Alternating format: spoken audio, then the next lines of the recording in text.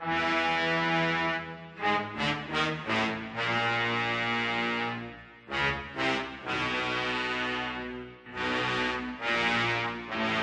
David's scheduled to go on Democracy Now! With Amy, along with Ellen Mariani, who is suing the Bush administration for perpetrating the 9/11 attacks and killing her husband. Would have been a great 1-2 punch.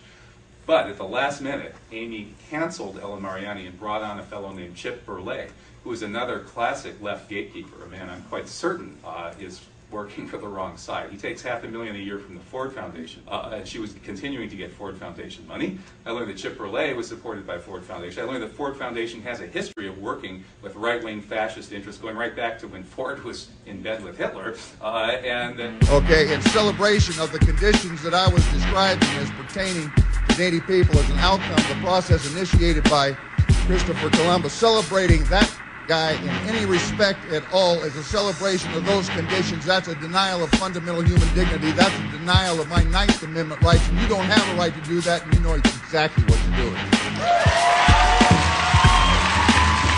I beg to disagree.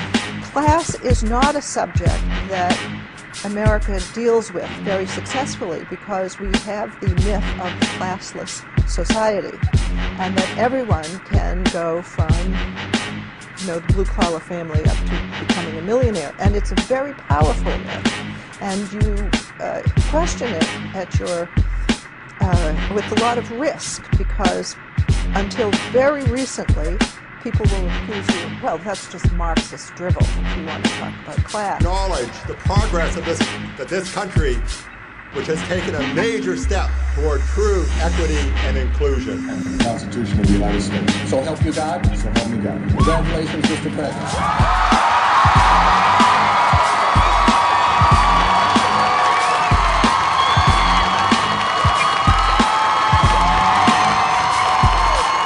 Hope is that President Obama is able to continue the interest that he generated throughout his campaign.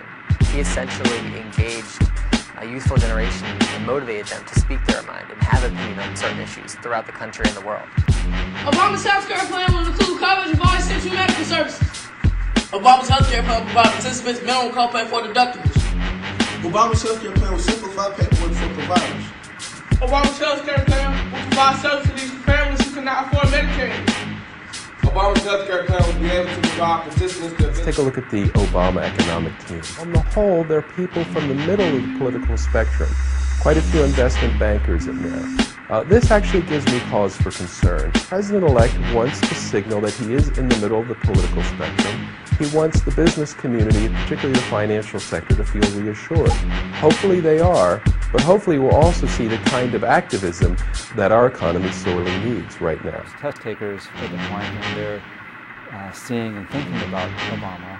So maybe pull out that coffee table book that you bought after the inauguration and tell stories about Obama the night before the test. That might have some beneficial effects. Well, we're not, yeah, and we're nonpartisan. And related issues. We're nonpartisan, so it's fine. Yeah.